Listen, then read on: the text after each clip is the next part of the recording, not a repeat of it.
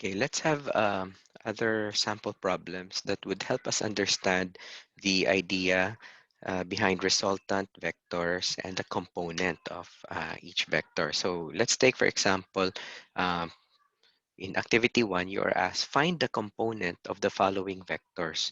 So what you have to do is to break down this vector into its x part and y part. Okay, so how do we do that? So fx is equal to, now it says here west of south. Now where is west of south? North, south. Okay, this is west of south. It's in the third quadrant. So we expect that fx will be negative and fy will also be negative. Now, the opening is from south, meaning the angle opened from the south heading towards the west. Okay, so the sign will give you the x component. So negative 830 sine 15 degrees. And cosine will give you the the y component, negative 830 cosine 15 degrees. So we compute 830 times sine 15, negative 214.81. Okay, so we follow the rules on significant digits. This should be 2SF, so negative 210 newtons. And this one,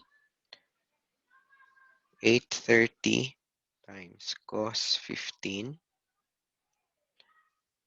negative 801.71.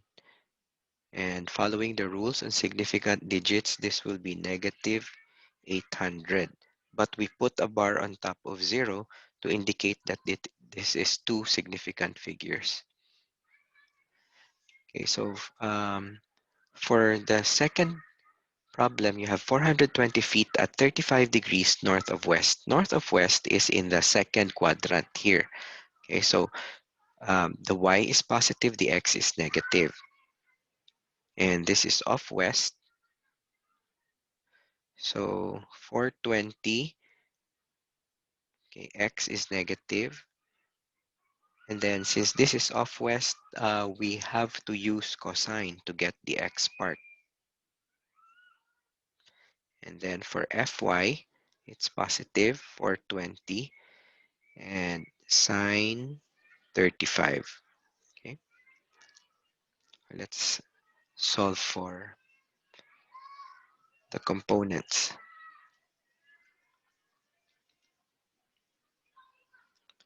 So you get 344 newtons. We follow the rules on significant digits, 2SF, so this will be negative 340 newtons. Okay? And for Fy, 420 times sine 35. You will get positive 240.90 newtons. This would be positive 240 newtons. Okay? Second quadrant.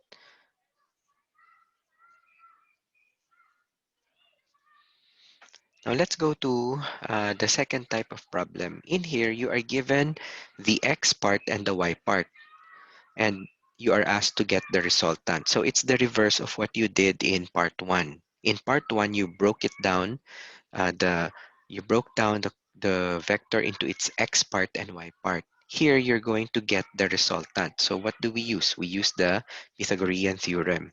Okay, so d sub x, it says here east. Now, east is positive, south is negative.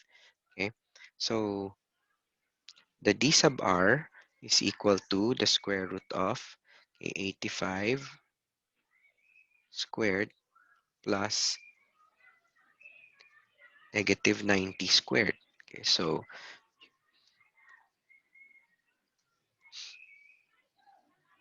85 squared plus 90 squared. We get 123.79. Following the rules on significant digits, this will be 120 newtons. And then we get the direction. So 85 centimeters east will head to the right, and then 90 centimeters south downward. So we want to get this theta here. So remember, this is our imaginary Cartesian plane. Okay, so we would like to get this theta. So this again is 85 positive, and this is negative 90. So theta is equal to the arctan of the opposite, which is 90 all over 85. We do not substitute the negative sign anymore because we have the directions later. Okay, so theta, so shift tan 90 divided by 85. You will get 46.636 degrees, or 46.64 degrees, okay, south of east. Okay, and our resultant is 120 newtons. So these are our answers. 120 newtons at 46.64 degrees south of east. Okay, let's go to problem number 2. In problem number 2, we are given, instead of the direction, you are given the sign. So this means it's heading towards the right, and this one is going downward. Okay, so we also use the Pythagorean theorem. Okay, so FR is equal to 40 squared plus 50 squared.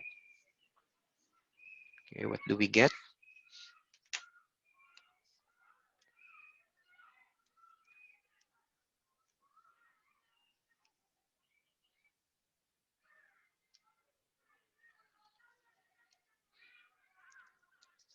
64.03 newtons. Okay,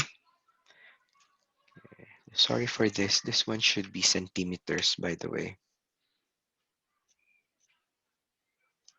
Okay, this one is 64.03 newtons. And we round this off to 2SF, 64 newtons. Okay, and then for the direction, it says here positive x, then negative. So it ends up in the fourth quadrant again. Okay, so this is the theta. This is plus 40. This is minus 50.